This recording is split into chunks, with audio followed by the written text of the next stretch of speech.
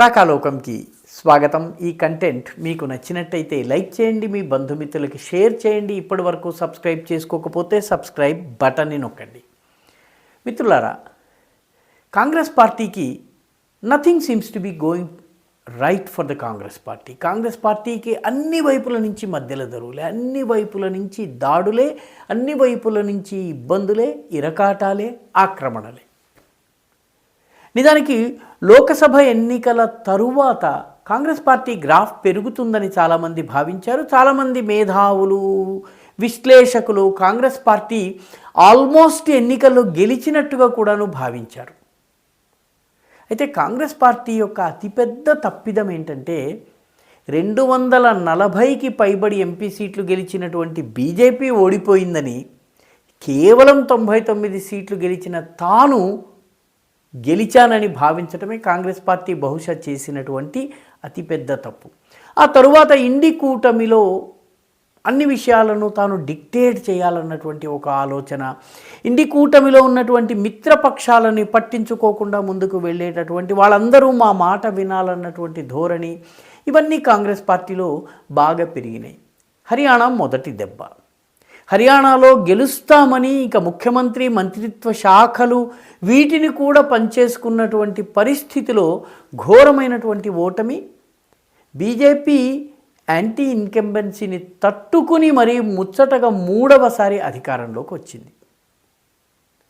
ఏ రకమైనటువంటి కరిష్మా లేనటువంటి నాయాబ్ సింగ్ సైని ముఖ్యమంత్రిగా ఘన విజయం సాధించారు.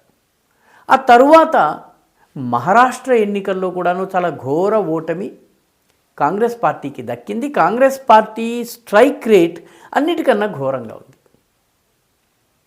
ఇప్పుడు కాంగ్రెస్ పార్టీ పరిస్థితి ఏంటి? కాంగ్రెస్ పార్టీ నుంచి నెమ్మదిగా ఇండి కూటమి ఒక్కొక్క మిత్రపక్షము దూరం అవుతోంది. మొట్టమొదట ఇండికేషన్ మహావికాస్ అఘాదీలో భాగస్వామ్య పార్టీ అయినటువంటి ఉద్ధవ్ బాలాసాహెబ్ ఠాకరే వర్గపు శివసేన నుంచి వచ్చింది. శివసేనలో ఉన్నటువంటి నాయకులు ఇప్పుడు అసలు కాంగ్రెస్ పార్టీతో పొత్తు పెట్టుకోవడం మనం చేసినటువంటి పెద్ద తప్పు. కాంగ్రెస్ పార్టీ, ఎన్సీపీ ఈ రెండూ కూడాను రెబెల్ క్యాండిడేట్లు, మన అభ్యర్థులు ఉన్న ప్రతి చోట రెబెల్ క్యాండిడేట్లు పెట్టి మన ఓటమికి కారణమయ్యారు. మన ఓట్లు వాళ్ళకి ట్రాన్స్ఫర్ అయ్యాయి, కానీ వాళ్ళ ఓట్లు మనకి ట్రాన్స్ఫర్ కాలేదు. దానితో పాటు శివసేన యొక్క కోర్ ఐడియాలజీ అయినటువంటి హిందుత్వాన్ని మనం పక్కన పెట్టాము. దాంతో ప్రజలు మనల్ని తిరస్కరించారు.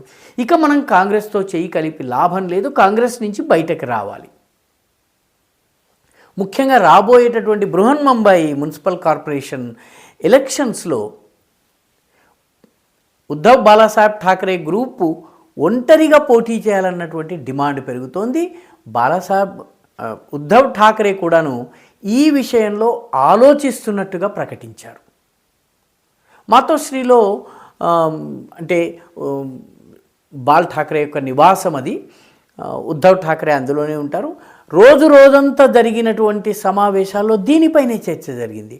అంటే ఇండి కూటమి నుంచి శివసేన, ఉద్ధవ్ ఠాకరే గ్రూపు బయటకి రావడం దాదాపు ఖాయమైపోయింది. మరొక కూటమి సభ్య పార్టీగా ఉన్నటువంటి నేషనల్ కాన్ఫరెన్స్ ఇప్పుడు కాంగ్రెస్ పార్టీని పూర్తిగా పక్కన పెట్టేసేసి జమ్మూ కాశ్మీర్లో సొంత బలం మీద ప్రభుత్వాన్ని ఏర్పాటు చేసింది. కాంగ్రెస్ పార్టీకి డిప్యూటీ చీఫ్ మినిస్టర్తో సహా ఏమీ ఇవ్వకుండా పక్కన పెట్టేసేసింది. అంటే రెండవ ఇండి కూటమి మిత్రపక్షం, ఇండి కూటమి భాగస్వామ్య పార్టీ కాంగ్రెస్ పార్టీని దెబ్బకొట్టింది. ఇప్పుడు తాజాగా జార్ఖండ్లో గెలిచిన తరువాత కూడాను హేమంత్ సోరెన్, జార్ఖండ్ ముక్తి మోర్చా నాయకుడైనటువంటి హేమంత్ సోరెన్ కాంగ్రెస్ పార్టీకి డిప్యూటీ చీఫ్ మినిస్టర్ పదవి ఇవ్వలేదు. పదవీ ప్రమాణ స్వీకారం చేస్తున్నటువంటి సమయంలో కాంగ్రెస్ నుంచి ఎవరిని తీసుకోలేదు. కశ్మీర్లో లాగానే హేమంత్ సోరెన్ కూడా కాంగ్రెస్ పార్టీని పక్కన పెడతారా? అదే గనక జరిగినట్టయితే మరొక కీలక రాష్ట్రంలో కాంగ్రెస్ పార్టీకి మిత్రపక్షం లేకుండా అవుతుంది. హేమంత్ సోరెన్ ముఖ్యమంత్రి పదవి స్వీకరించినటువంటి మరుక్షణం ఢిల్లీకి వచ్చారు. భార్య కల్పనా సోరెన్తో సహా నరేంద్ర మోదీని కలిశారు. జమ్మూ కాశ్మీర్లో ఉమర్ అబ్దుల్లా చేసినట్టుగానే జార్ఖండ్ ముక్తి మోర్చా కూడా ఏదన్నా చేయబోతుందా? ఇప్పుడు కాంగ్రెస్ని వేధిస్తున్నటువంటి ప్రశ్న ఇది. 4వ మిత్రపక్షమైనటువంటి తృణమూల్ కాంగ్రెస్ కూడా కాంగ్రెస్ని చీదరించుకుంటోంది.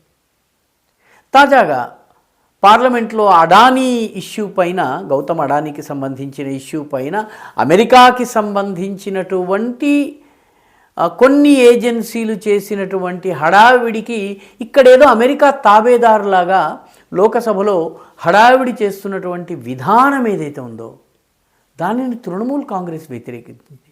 తృణమూల్ కాంగ్రెస్ ఈ ఒక్క ఇష్యూతోటి మొత్తము లోకసభను స్తంభింపజేయడం న్యాయం కాదు, మేము సభ కొనసాగాలని భావిస్తున్నాము, సభ సారవంతంగా అర్థపూర్ణంగా జరగాలి, అర్థవంతమైనటువంటి చర్చ జరగాలి, ప్రజలకు ఉపయోగపడే పని జరగాలి, ఒక ఇష్యూ మీద సభను స్తంభించటం సరైనది కాదు అని చెప్పింది. దీంతో 4వ మిత్రపక్షం కూడా కాంగ్రెస్ పార్టీని జెల్లకొట్టేసింది. ఈ రకంగా కాంగ్రెస్ పార్టీకి అన్ని వైపులా కాంగ్రెస్ పార్టీ నుంచి ఇండి కూటమి ఒక్కొక్క మిత్రపక్షము దూరమవుతోంది, తన అభిప్రాయ భేదాలను చాలా స్పష్టంగా ప్రకటిస్తోంది. మరోవైపు రాజస్థాన్లో ఇటీవలి ఉప ఎన్నికల్లో కాంగ్రెస్ పార్టీ 4 చోట్ల డిపాజిట్ని కోల్పోయింది. అంటే ప్రజలు నిరాదరిస్తున్నారు. ఏ రకంగా చూసినా మిత్రపక్షాలు వెళ్ళిపోతున్నాయి. మొత్తం మీద కాంగ్రెస్ పార్టీకి అన్ని వైపుల నుంచి మధ్యల దరువులు. అయితే కాంగ్రెస్ పార్టీ ఇవేవి పట్టించుకోవడం లేదు. యువరాణి, ఇంత మటుకు యువరాజు గోలే ఉండేది, యువరాణి ఈరోజు పదవీ ప్రమాణ స్వీకారం చేసింది ఎంపీగా.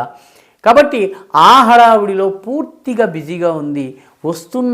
ముంచుకొస్తున్నటువంటి ముప్పును, వస్తున్నటువంటి ప్రమాదాన్ని గుర్తించేటటువంటి స్థితిలో దురదృష్టవశాత్తు ఆ పార్టీ ఉన్నట్టుగా కనిపించటం లేదు.